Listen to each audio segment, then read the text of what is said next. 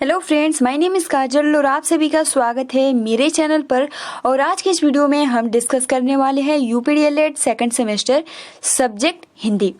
और आज के इस वीडियो में हम डिस्कस करेंगे वाक्य क्या है, वाक्य के कितने प्रकार हैं, और उसके बाद सबसे महत्वपूर्ण विराम चिन्ह, और उसके बाद विराम चिन्ह से रिलेटेड कुछ ऑब्जेक्टिव क्वेश्चन भी देखेंगे।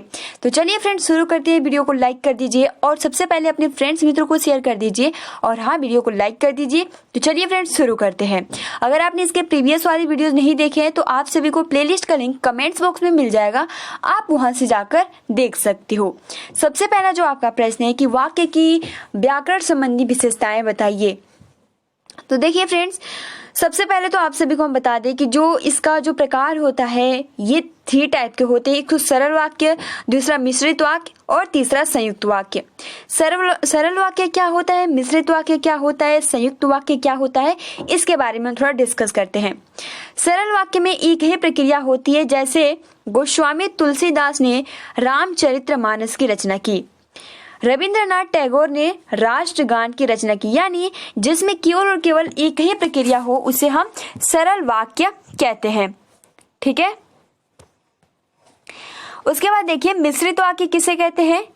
तो मिश्रित वाक्य की जो परिभाषा होती है, एक मूल वाक्य के साथ एक या अधिक वाक्य जुड़े हो तो उसे मिश्रित वाक्य कहते हैं। जैसे घंटा बजते ही अध्यापक कक्षा में आ गए और विद्यार्थी उठकर खड़े हो गए और अध्यापक को अभिवादन किया, यानी मिश्रित वाक्य यानी मूल वाक्य के साथ एक या अधिक वाक्य जुड़े हो तो उसे हम मिश्रित वाक्य कहते हैं। और इस तरीके से रिलेट करके कुछ वाक्य देते हैं और पूछ लिया जाता है कौन सा मिश्रित वाक्य है, कौन सा संयुक्त वाक्य है और कौन सा सरल वाक्य है। तो फ्रेंड्स, आप सभी को बहुत ही आसानी के साथ याद हो गया होगा, जिसमें सरल वाक्य जिसमें केवल एक ही बात चलती हो। ठीक है। और देखिए मिश्रित वाक्य में बहुत सारे, देखिए घंटी बजती है, अध्यापक आते हैं, विद्यार्थी उठकर खड़े होते हैं और अध्यापक उनका अभिवादन करते हैं। संयुक्त वाक्य क्या होता है, तो यह वाक्यों का एक समूह होता है जिसमें सरल अथवा मिश्रित वाक्य जुड़े होते हैं, यानी दोनों ही इसमें आ जाते हैं और एक लंबे वाक्य का रूप ले लेते हैं। जैसे अध्यापक कक्षा में आए, कक्षा में सन्नाटा व्याप्त हो गया, अध्यापक ने सर्वप्रथम विद्यार्थियों की उपस्थिति नोट की और फिर आगे बढ़ना शुरू कर दिया। यानी आप देख सकते हो कि इसमें कहीं भी क्या पूर्ण विराम, जो आपका मिश्रित वाक्य था उसमें पूर्ण विराम नहीं था, बट आप संयुक्त वाक्य में सरल और मिश्रित दोनों ही आ जाते हैं। ठीक है। यानी आप कह सकते हो वाक्यों का एक समूह होता है जिसमें सरल अथवा मिश्रित वाक्य जुड़े होते हैं। तो ये वाक्य से रिलेटेड कुछ प्रश्न पूछ लिए जाते हैं जो कि बहुत ही आसानी के साथ आप सभी को याद हो गए होंगे। अब चलिए फ्रेंड्स, हम विराम चिन्ह की ओर बढ़ते हैं। ठीक, ये विराम चिन्ह बहुत ही अच्छे से आप अपने कॉपी में अच्छे से इसको नोट डाउन कर लीजिएगा, क्योंकि विराम चिन्ह बहुत ही महत्वपूर्ण है। इससे रिलेट करके आपके एग्जाम में हर बार प्रश्न पूछे जाते हैं। तो सबसे पहले विराम का जो अर्थ होता है वो होता है रुकना या ठहरना। ठीक है। इसका जो अर्थ होता है वो होता है रुकना या ठहरना। वक्ता अपने भावों व विचारों को व्यक्त करते समय वाक्य के अंत में या कभी कभी बीच में ही सांस लेने के लिए रुकता है। जैसे कि मैंने अभी रुकता है, तो आप देख सकते हो कॉमा, ये क्या है, विराम चिन्ह, इसे ही हम विराम कहते हैं। अगर विराम चिन्ह न होता तो किसी को समझ नहीं आता कि कौन क्या कब कह रहा है, यानी उसमें कोई रुकावट, कोई मतलब उसमें कभी रुकेगा नहीं। और एक जैसे कि आप जिस तरीके से किताब होता है ना कि एक पूरा मुहावरा, जैसे कि अगर हम बात करें कि अगर अभी हम पढ़ रहे हैं, जैसे देखिए अगर विराम नहीं रहेगा तो हम कैसे पढ़ेंगे। विराम का अर्थ है रुकना या ठहरना। वक्ता अपने भाव और विचारों को व्यक्त करते समय वाक्य के अंत में या कभी बीच में ही सांस लेने के लिए रुकता है, इसे विराम। मतलब आप देख सकते हो कि मतलब इस तरीके से नहीं, देखिए विराम का मतलब ही होता है रुकना या ठहरना। ठीक है। तो चलिए, ये अर्थ तो आप सभी को बहुत ही आसानी से समझ में आ गया होगा। इस प्रकार की रुकावट या विराम सांस लेने के अतिरिक्त अर्थ की अस्पष्टता के लिए भी आवश्यक है। ठीक है। तो फ्रेंड, जैसे लिखने में रुकावट या विराम के स्थानों पर जिन चिन्हों द्वारा प्रकट किया जाता है उन्हें हम क्या बोलते हैं, विराम चिन्ह कहते हैं।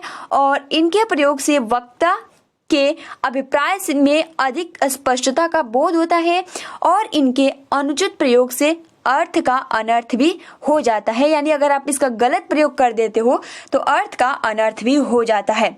जैसे कि अगर हम कोई वाक्य बोले, कल आप घर आए, तो फ्रेंड देखिए, कल आप घर आए और कल आप घर आए, तो आप देख सकते हो दोनों का अर्थ कुछ डिफरेंट है।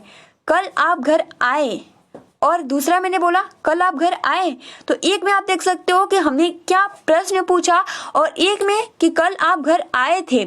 यानी आप दोनों में ही क्या वाक्य किस तरीके से आप बोल रहे हो उस पर डिपेंड करता है। ठीक है, तो इसीलिए यहाँ पे बोला जा रहा है कि इनके अनुचित प्रयोग से अर्थ का अनर्थ भी हो जाता है।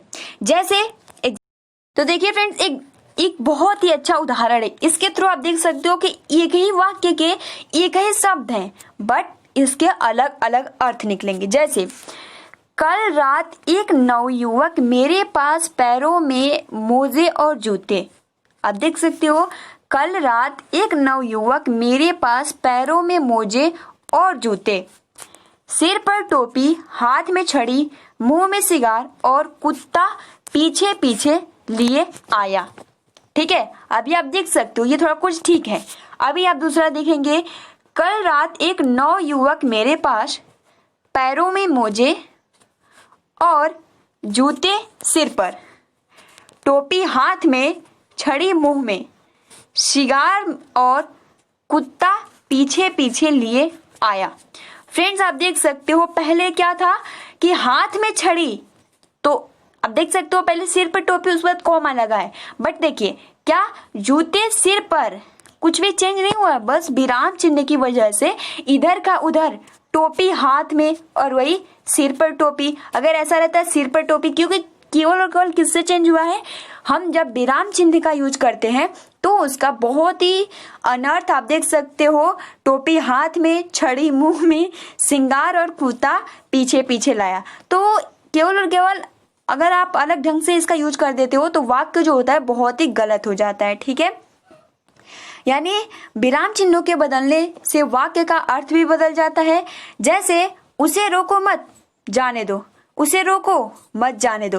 तो फ्रेंड्स आप देख सकते हो कि यहाँ क्या बोला जा रहा है कि उसे रोको मत जाने दो, यानी जो भी व्यक्ति जा रहा है, कोई भी जा रहा है, तो कोई उसको रोक रहा है, तो जो दूसरा व्यक्ति हो वो उसको आदेश दे रहा है कि उसको रोको मत जाने दो, यानी उसको जाने दो। लेकिन अगर वही सेंटेंस, सिर्फ वही वर्ड्स और वही सेंटेंस, बट हम चिन्ह का यूज कहाँ किस तरीके से करते हैं आप देख सकते हो, उसे रोको कॉमा मत जाने दो, यानी उसको नहीं जाने दो।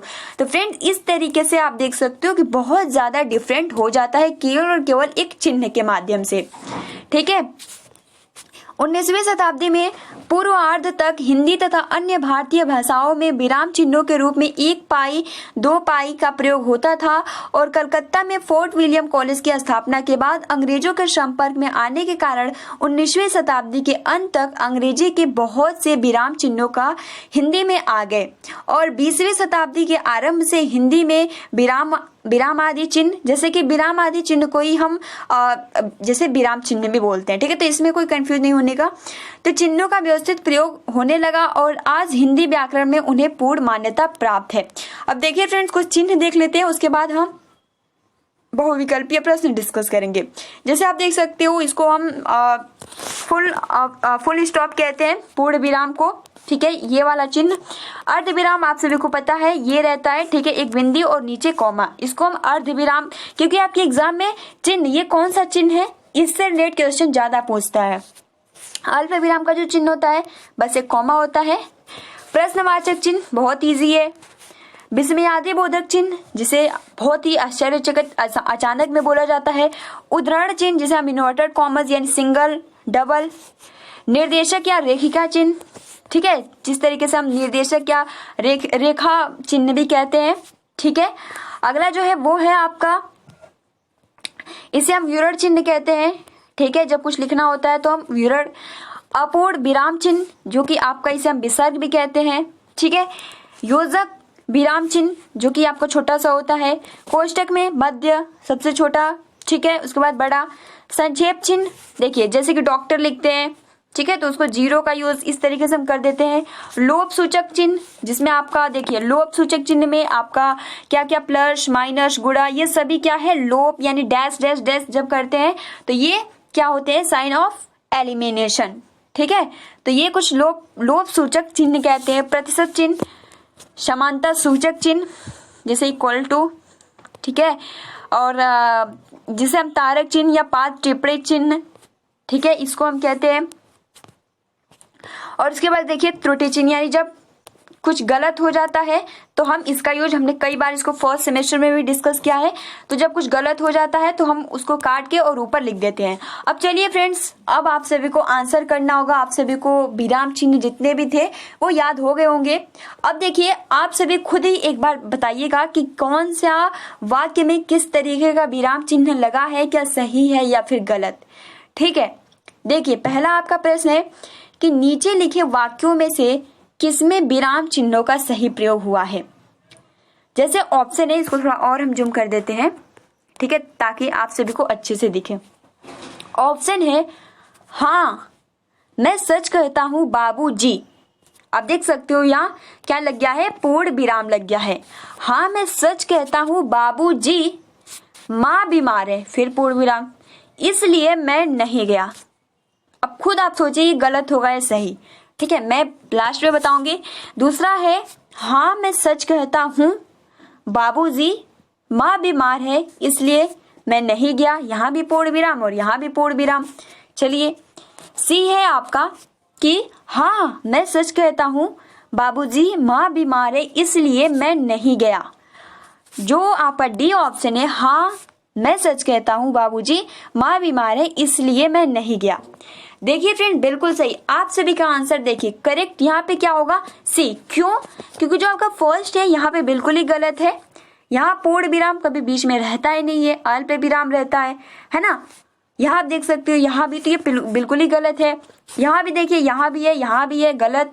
ये बिल्कुल ही सही है। हाँ मैं सच कहता हूँ कॉमा, जिसे हम इस कॉमो को हम क्या बोलते हैं, तो इसको हम अल्प विराम चिन्ह कहते हैं। ठीक है, बहुत ज्यादा अर्ध विराम और अल्प विराम में बहुत ज्यादा चिन्ह। देखिए जो आपका अर्ध विराम होता है ये वाला होता है और अल्प विराम इसको हम कहते हैं।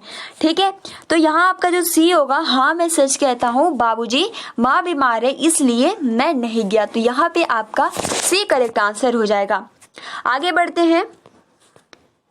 दूसरा वही है, विराम आदि चिन्हों या आप इसे विराम चिन्हों की दृष्टि से कौन सा वाक्य शुद्ध है।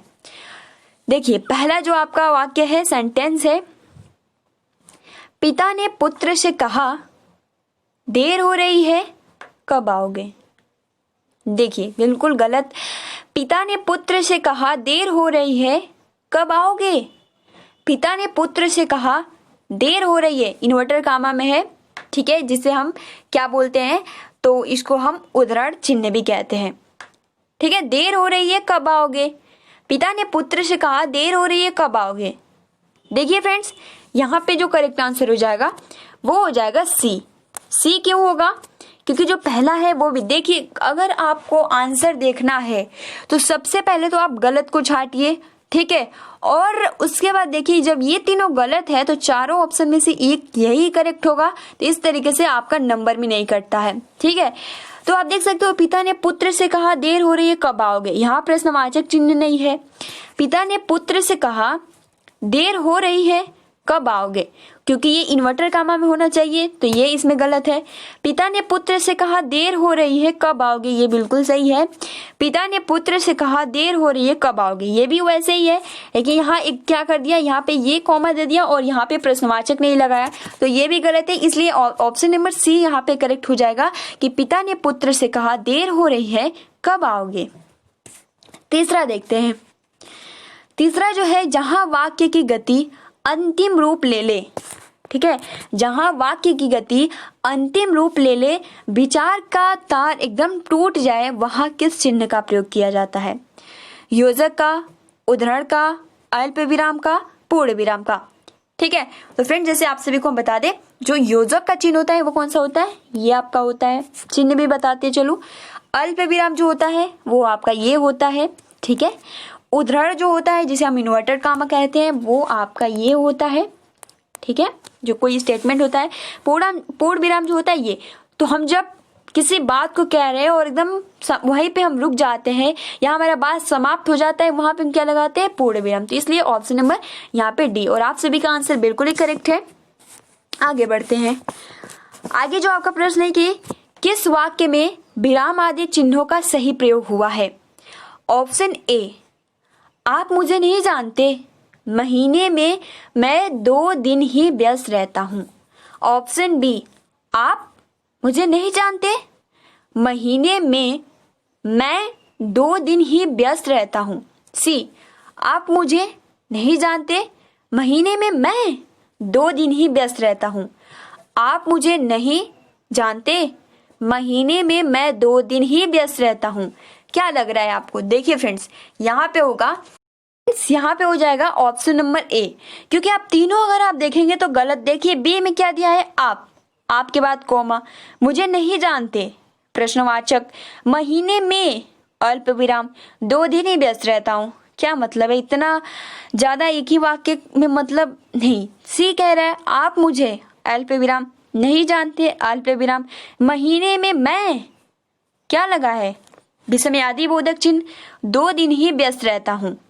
और यहाँ भी आप देख सकते हो पूर्ण विराम नहीं लगा। उसके बाद देखिए डी में कहता है आप मुझे नहीं जानते।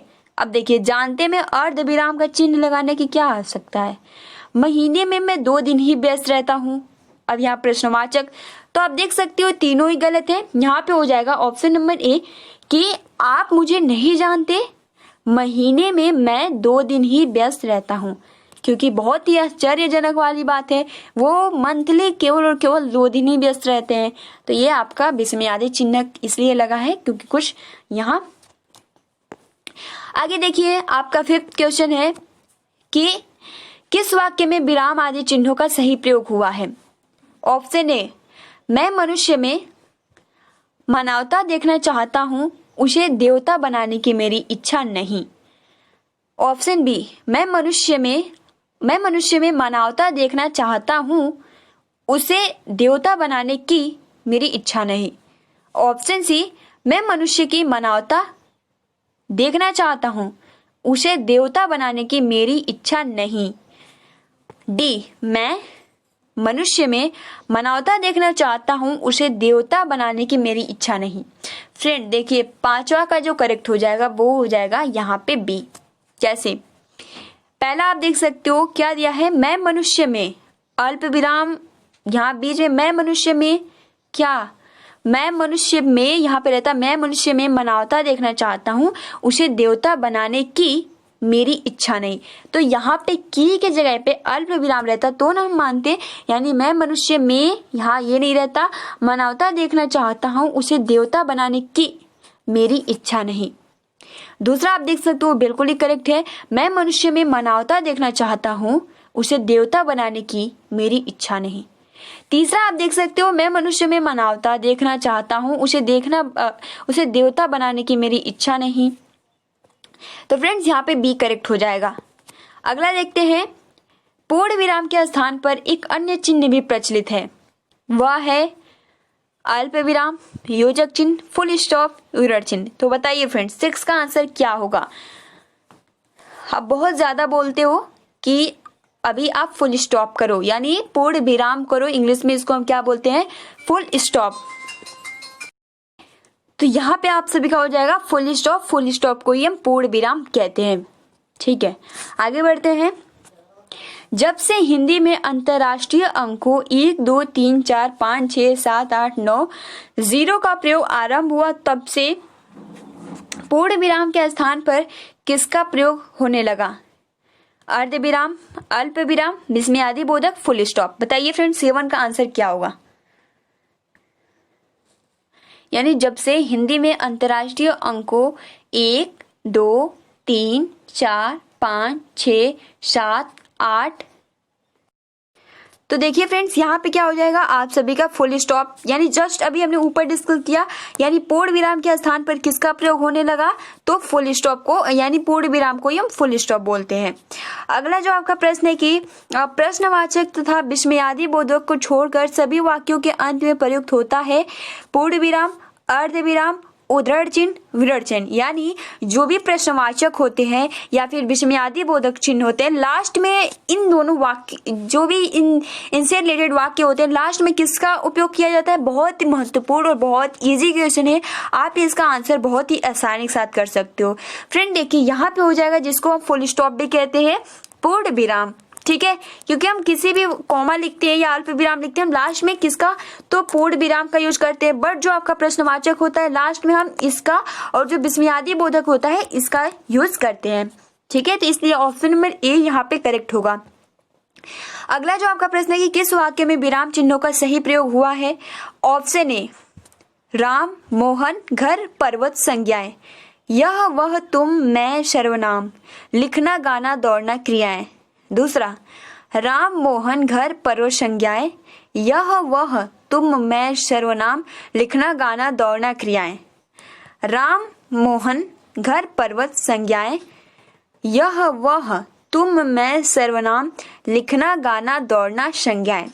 राम मोहन घर पर्वत संज्ञाएं, यह वह तुम मैं सर्वनाम, और लिखना गाना दौड़ना क्रियाएं। क्या होगा यहाँ पे बताइए फ्रेंड्स, बहुत ही ये महत्वपूर्ण क्वेश्चन है। तो 9वां का आंसर क्या होगा बताइए फ्रेंड्स। तो देखिए यहाँ पे हो जाएगा ऑप्शन नंबर बी। क्यों? क्योंकि सबसे पहले तो आप यहाँ देख सकते हो राम मोहन घर पर्वत संज्ञाएं, यहाँ पे पूर्ण विराम तो पहले ही गलत। ऑप्शन नंबर अगर आप बी देखेंगे, राम अल्प विराम मोहन, क्योंकि कॉमा रहता है, राम कोमा मोहन कोमा घर पर्वत, ये क्या है, सभी संज्ञाएं हैं। उसके बाद हमने अर्ध विराम यानी हमने आधा रुका, ठीक है, तो अर्ध विराम, यह वह तुम मैं क्या है, यह सर्वनाम। फिर हमने क्या किया, लिखना गाना दौड़ना क्रिया, ये सभी क्या होते हैं, आप सभी के, ये आपके यहाँ पे करेक्ट हो जाएंगे। बट अगर हम यही देखिए तो दूसरा भी गलत, राम मोहन घर पर्वत संज्ञा, यह वह तुम, तो आप देख सकते हो योजक का चिन्ह फालतू में लगाए तो ये बिल्कुल ही गलत है। राम मोहन घर कोमा है ही नहीं, वह तुम मैं, तो इसलिए आप देख सकते हो सबसे पहले अगर आप गलत देखेंगे तो ये तीनों ही गलत हैं, और यहाँ पे ऑप्शन नंबर बी करेक्ट हो जाएगा। ठीक है, अगला क्वेश्चन देखते हैं। तो देखिए अगला जो आपका प्रश्न है कि जहां पूर्ण विराम की अपेक्षा कम रुकना हो, अपेक्षित हो, वहां डैश चिन्ह का प्रयोग करना चाहिए, अर्ध विराम का, अल्प विराम का, संक्षेप चिन्ह, कोष्टक। तो यानी जहां पे पूर्ण विराम की अपेक्षा कम करना हो, अपेक्षित हो, वहां पे किस चिन्ह का प्रयोग करना चाहिए। 10 का आंसर क्या होगा, तो जस्ट मैंने अभी बताया इसके प्रीवियस वाले क्वेश्चन में। ठीक है, क्योंकि जस्ट देखिए यहाँ पे मैंने शुरू में बताया कि जहां पे थोड़ा कम रुकना होता है तो उस टाइम हम अर्ध विराम चिन्ह का यूज करते हैं। ठीक है, तो यहाँ पे ये वाला अर्ध विराम का जो चिन्ह होता है ये और ये। ठीक है, आगे बढ़ते हैं। 11 नंबर आपका क्वेश्चन है कि ऐसे उपवाक्यों के बीच जो परस्पर संबंध होने पर भी स्वतंत्र वाक्य प्रतीत होते हैं और वहां किस चिन्ह का प्रयोग होता है। यानी ऐसे उपवाक्य के बीच जो परस्पर संबंध होने पर भी स्वतंत्र वाक्य प्रतीत होते हैं, वहां किस चिन्ह का प्रयोग होता है। पूर्ण विराम का, अर्ध विराम का, अल्प विराम का, निदेश चिन्ह का। तो बताइए फ्रेंड्स 11 का आंसर क्या होगा।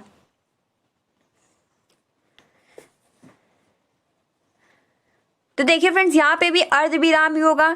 ठीक है, ऑप्शन नंबर बी।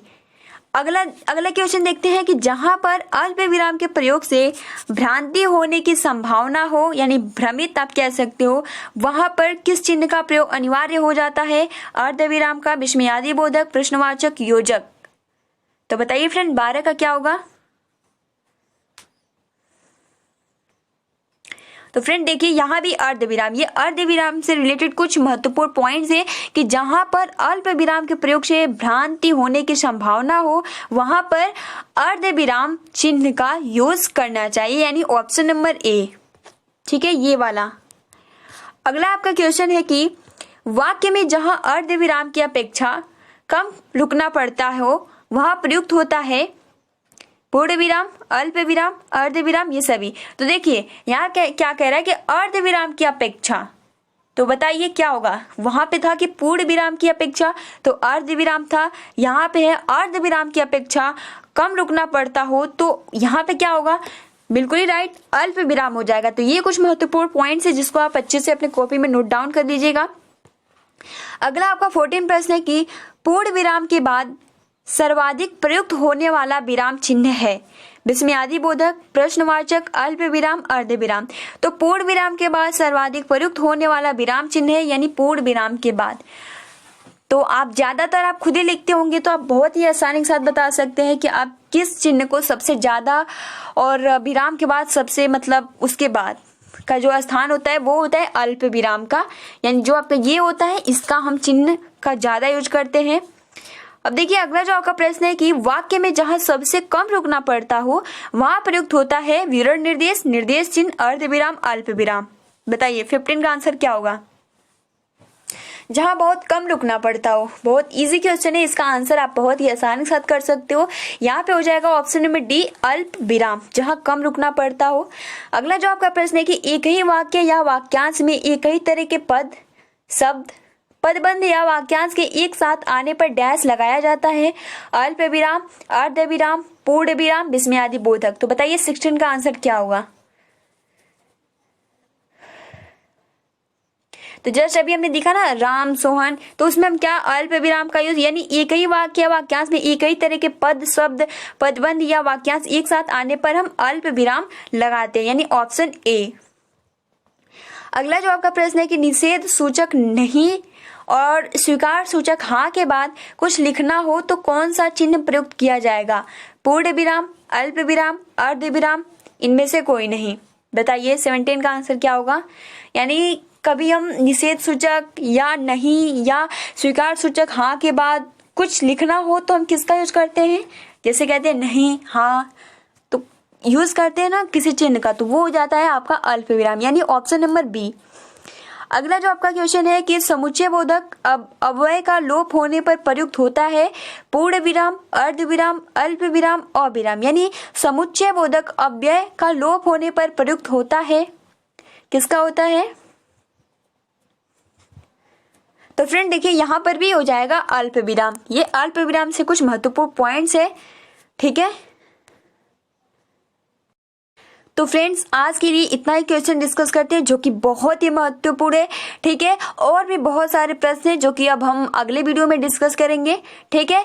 तो फ्रेंड्स आई होप कि आपको ये वीडियो पसंद आई होगी। और देखिए फ्रेंड्स, अगर हम बात करें विराम चिन्ह से रिलेटेड किस तरीके से प्रश्न पूछे जाते हैं, तो इसी तरीके से पूछे जाते हैं कि किसमें विराम चिन्ह का सही प्रयोग या कौन सा वाक्य शुद्ध है, किसमें विराम सही लगा है, तो इस तरीके से क्वेश्चन पूछे जाते हैं। तो फ्रेंड्स आप सभी को पता है फर्स्ट सेमेस्टर में केवल और केवल चिन्ह पूछता है, लेकिन सेकंड सेमेस्टर में इस तरीके से पूछना स्टार्ट कर देता है। तो इसलिए मैंने आप सभी के सामने ये ऑब्जेक्टिव टाइम क्वेश्चन लाया ताकि आप सभी का जो स्टडी है, प्रिपरेशन है, बहुत ही अच्छे ढंग से हो सके। तो फ्रेंड्स आज के लिए इतना ही। वीडियो को लाइक कर दीजिए और अपने फ्रेंड्स मित्रों को शेयर कर दीजिए और ज्यादा से ज्यादा अपने फ्रेंड्स मित्रों को शेयर कीजिए। फ्रेंड्स मिलते हैं। Thanks for watching, take care, best of luck.